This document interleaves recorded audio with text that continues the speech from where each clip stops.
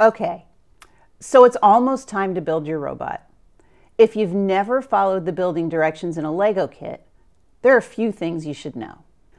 Lego directions are almost entirely graphical.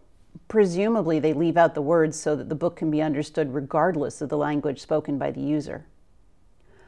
A project generally starts out with a picture of the final item to be built. If the project requires you to build a complex subassembly first, there will often be two pictures, the final item to be built as well as the subassembly. In the context of Lego robotics, this generally comes up when you're building an attachment to add to a robot you've already built. You can see here two pictures, one of the robot with the attachment installed, and a second close-up of just the attachment. For each step, you'll see a list of the number and types of the parts that you need. This 1X means that we need one of these little black pieces.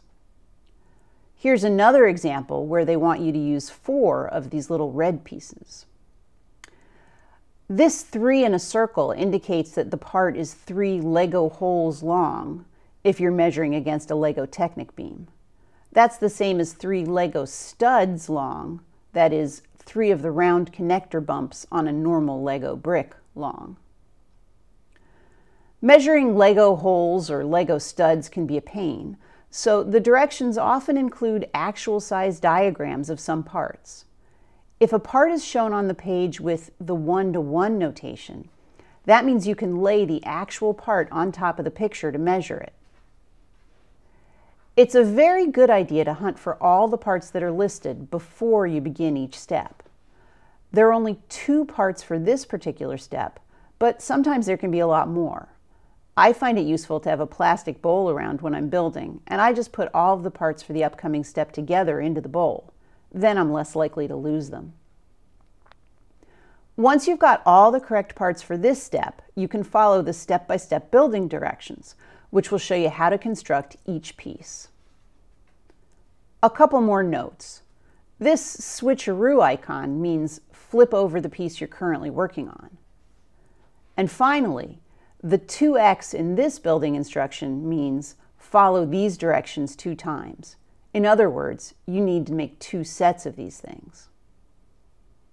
By the way, Lego takes great care in making these parts lists. If you're asked to find 2 things that look like the first picture, Lego means exactly like this, and something that looks like the second picture won't work. Lego directions are very specific about the color, shape, and size of the parts that they ask you to use. What if you can't find a part in your kit? In my experience, if you have a brand new kit, there's a better than 99% chance that the part is actually in there and you just can't find it. Look again, and again, and then get one of your students to look for you. It's probably there. If you're genuinely missing a part, you can contact Lego for a replacement. Okay, it's time for you to get started playing with the Lego itself and building a robot. If you have the educational set, your first step should be sorting all the pieces into trays. It does take some time, but you'll be glad later that you've done so. Some kits have this tray diagram printed on the underside of the cardboard insert under the lid.